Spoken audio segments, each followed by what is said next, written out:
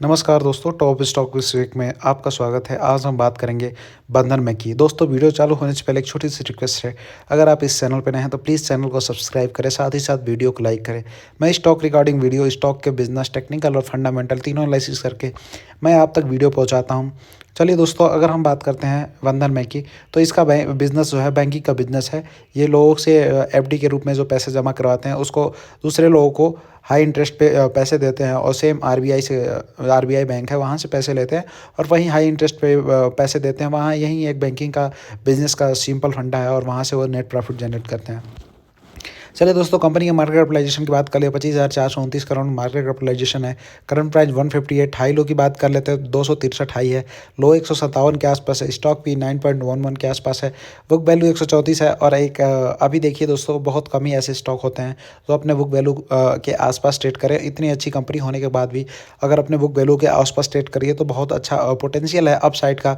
Dividend L की बात करें, 0.93%। ROCE 7.06% के आसपास है। ROE 10.8%, विच गुड। फेस वैल्यू 10 रुपये के आसपास है। चलिए दोस्तों, हम क्वार्टरली रिजल्ट पे जाते हैं। कंपनी का क्वार्टरली रिजल्ट की अगर बात कर लेते हैं तो क्वार्टरली रिजल्ट में आप देखते हो सितंबर क्वार्टर में कंपेयर करते हो रेवेन्यू में की, तो 5500 करोड़ के आसपास सितंबर क्वार्टर में इसका कंपनी का जो रेवेन्यू है, अगर उसको सितंबर 2023 वाले क्वार्टर से कंपेयर करोगे तो 4492 करोड़ था। ऑलमोस्ट कंपनी का 1100 करोड़ के आसपास रेवेन्यू आगे आता हुआ दिख रहा है। अगर नेट प्रॉफिट की बात करते हो दोस्तों, तो कंपनी का नेट प्रॉफिट अगर यहाँ देखते हो 937 करोड़ के आसपास कंपनी का नेट प्रॉफिट है। अगर सितंबर वाले क्वार्टर से कंपेयर करते हो तो ऑलमोस्ट कंपनी का जो सितंबर से लगभग 200 करोड़, 210-20 करोड़ के आसपास कंपनी का जो नेट प्रॉफिट है वो इंक्रीज होता हुआ दिखाई दे रहा है। अगर नेट एनपीए की बात कर लिया जाए तो नेट एनपीए 1.29% के आसपास है। अगर सितंबर वाले क्वार्टर से कंपेयर करते हो तो ये भी बहुत ज़्यादा रिड्यूस हो गया है। अगर ये देखिए 4.68% ग्रॉस एनपीए के पास है, ये भी रिड्यूस होता हुआ दिख रहा है। दोस्तों, अगर इसमें अगर देखते हैं मेजर जो कंपनी में सबसे बड़ी प्रॉब्लम थी वो कंपनी का जो ग्रॉस एनपीए और नेट एनपीए था, वो भी देखिए दोस्तों अभी वो रिड्यूस होता हुआ दिख रहा है आपको। तो अगर ये प्रॉब्लम जैसे जैसे कंपनी में खत्म होती जाएगी और धीरे धीरे कंपनी अपना नेट एनपीए और ग्रॉस एनपीए रिड्यूस करती जाएगी, कंपनी बेहतरीन कंपनी बनती जाएगी और कंपनी बहुत अच्छा मल्टीबैगर कंपनी बनती हुई दिखाई दे सकती है यहाँ से आपको। चलिए दोस्तों, अगर बैलेंस शीट में चल के बात करते हैं तो टीटीएम में जाते हो तो 20,890 करोड़ हाईएस्ट एवर रेवेन्यू देखने को मिलता है। अगर अदर इनकम में जाते हो तो 2362 करोड़ के आसपास अदर इनकम है। कंपनी का अगर नेट प्रॉफिट अगर देखते हो तो highest ever net profit 2788 crore का है। Earning per share highest ever. अगर कंपनी के डिविडेंड पे आउट की बात कर ली जाए तो लगभग 11%, 7%, 18%, मतलब कंपनी ठीक ठाक डिविडेंड देती है। चलिए दोस्तों, बैलेंस शीट में चल के बात करते हैं। इक्विटी कैपिटल इनका कहाँ से स्टार्ट, 501 करोड़ से स्टार्ट होते होते आज 1611 करोड़ के आसपास। रिजर्व की बात कर लिया जाए तो हाईएस्ट रिजर्व 20 करोड़ के आसपास। कंपनी के बैंकिंग के सेंस में हम बोरोइंग की बात नहीं करते, बिकॉज ये बोरोड मनी पे ही पैसा कमाती हैं कंपनियां। अगर फिक्स एसेट की बात कर लिया तो 960 करोड़ के आसपास फिक्स एसेट है। CWIP की बात कर लिया 214 करोड़ के आसपास CWIP है। दोस्तों, यहाँ पे कैश फ्रॉम ऑपरेटिंग एक्टिविटी देखते हो तो 14,808 कंपनी का जो है मार्च 2024 में यहाँ पे ये पॉजिटिव में है, और ये पॉजिटिव में होना ज़रूरी है बिकॉज अगर कंपनी बिजनेस कर रही है तो कंपनी के पास कैश होना चाहिए, वो भी पॉजिटिव में। कर दोस्तों, ROC की बात कर लीजिए तो कंपनी ने हमेशा ठीक ठाक रिटर्न दिया है। अगर यहाँ पे देखते हो तो मार्च 2016 से डाटा जो अवेलेबल है, 14, 29, 19, 19, 23, 14, 1, 12, 11, ये थोड़ा कंपनी का जो नेट एनपीए ग्रॉस एनपीए की वजह से ये कंपनी का जो रिटर्न है ये थोड़ा यहाँ पे कम होता है। तो जैसे ही कंपनी इसको इम्प्रूव करेगी, और आप देख ही रहे हैं यहाँ पे कंपनी इम्प्रूव कर ही रही है, जैसे इम्प्रूव करती है आपको एक अच्छा खासा गेन देखते हुए अपसाइड मूव स्टॉक्स में मिलता हुआ नजर आएगा, और बहुत अच्छी रिटर्न के साथ कंपनी आपको नजर आती हुई दिखाई देगी। प्रमोटर्स होल्डिंग की बात कर ली जाए तो 39.98% के पास प्रमोटर्स की होल्डिंग है। FIIs 26.73 के आसपास है। थोड़ा स्टेक कम किया है, बट DIIs ने अपना स्टेक बढ़ाया। जो भी माल है यहाँ पे FII ने बेचा है वो माल DIIs ने यहाँ पे खरीदा है। पब्लिक के पास जो ऑलमोस्ट थोड़ा बहुत पब्लिक ने भी खरीदा है, ऑलमोस्ट 0.26% के आसपास पब्लिक ने ही खरीदा है, पब्लिक भी खरीदा है यहाँ पे। तो यहाँ पे अगर देखते हो दोस्तों तो total number of promoters including promoters, FIIs, DIIs and government, अगर गवर्नमेंट को छोड़ ही देते हो तो टोटल नंबर ऑफ प्रमोटर्स अगर आप काउंट करते हो तो ऑलमोस्ट 83% के आसपास टोटल नंबर ऑफ प्रमोटर्स हैं। तो दोस्तों, किसी भी स्टॉक्स में अगर 83% के पास प्रमोटर्स होल्डिंग है तो वो स्टॉक अच्छा माना जाता है। बैलेंस शीट अच्छा है, फाइनेंशियल अच्छा है, कंपनी का बिजनेस अच्छा है, सारी चीज़ें अच्छी हैं, बस अब देर है stock price up side move करने का। तो चलिए हम बिना लेट किए टेक्निकल चार्ट पैटर्न पर चलते हैं और वहाँ से कंपनी का स्टॉक प्राइस निकालते हैं, कहाँ तक कंपनी में अप साइड मूव पॉसिबल है। चलिए दोस्तों, अब हम कंपनी के टेक्निकल चार्ट पैटर्न के बारे में बात कर लेते हैं। दोस्तों यहाँ पे अगर देखते हो तो कंपनी जो है अभी अपने मेजर जो इसका सपोर्ट है उस वाले एरिया में नज़र आता हुआ दिखाई दे रहा है।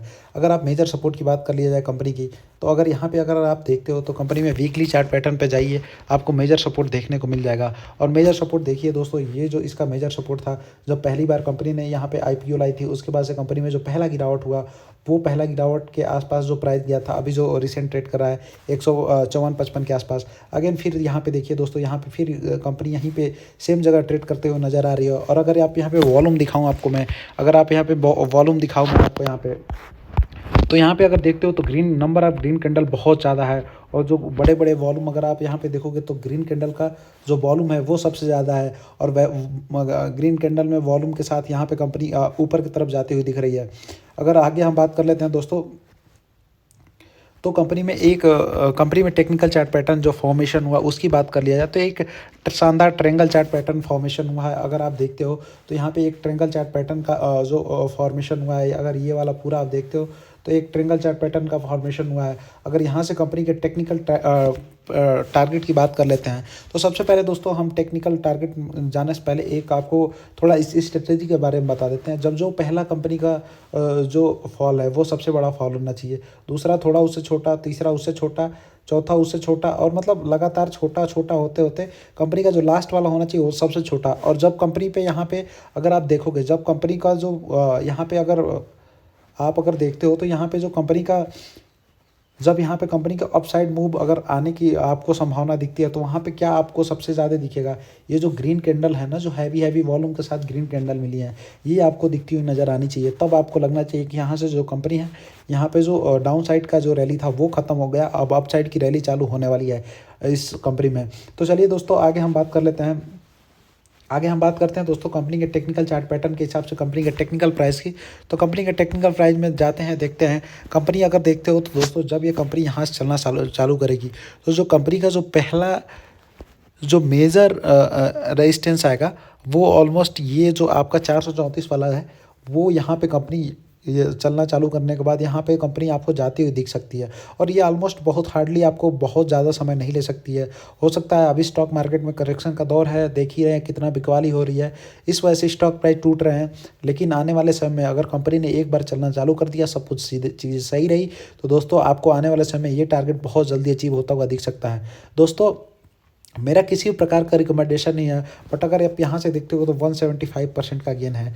अगर 175% का गेन आपको 3 साल में मिले, तो आपको ऑलमोस्ट, अगर 180 का ही मान लेते हैं, तो ऑलमोस्ट 1 साल में आपको 60% का रिटर्न मिलता हुआ नज़र आ रहा है। अगर आप टैक्स भी दे देते हो तो आप ऑलमोस्ट, अगर टैक्स आप देते हो, अगर उस आप क्राइटेरिया में अपने आप को फुलफ़िल करते हो, तो अगर मान लो आप 20% भी टैक्स देते हो तो 40% CAGR से आपका लगातार 3 साल अगर आपका पैसा 40 CAGR से अगर बन रहा है, और कंटिन्यूस आप उसको फर्दर आने वाले समय में अपकमिंग जो भी आपका स्टॉक मार्केट में जर्नी है उसको 40% के CAGR से मेंटेन करते हुए आगे चलोगे, तो आपको सुपर रिच बनने से दोस्तों कोई नहीं रोक सकता। तो मेरे सलाह है, आप मेरे से चीज़ों से सीखिए। मेरे हिसाब से कोई बाई और सेल का किसी प्रकार का रिकमेंडेशन नहीं है। मैं आपको ऐसे ही वीडियो लेके आता रहता हूँ, ऐसे एनालिसिस करके बताता रहता हूँ। आप अपने नॉलेज लेवल को वीडियो देख के इन्हेंस करिए, आप खुद सीखिए, दूसरों तक शेयर करिए, खुद रिच बनिए, दूसरों को भी रीच बनाइए साथ में। मिलते हैं नेक्स्ट वीडियो में दोस्तों। लास्ट में यही कहना चाहूँगा, चैनल सब्सक्राइब नहीं किया तो प्लीज़ सब्सक्राइब कर दे, वीडियो लाइक नहीं किया तो लाइक कर दे। मिलते हैं नेक्स्ट वीडियो में। जय हिंद, जय भारत, थैंक यू।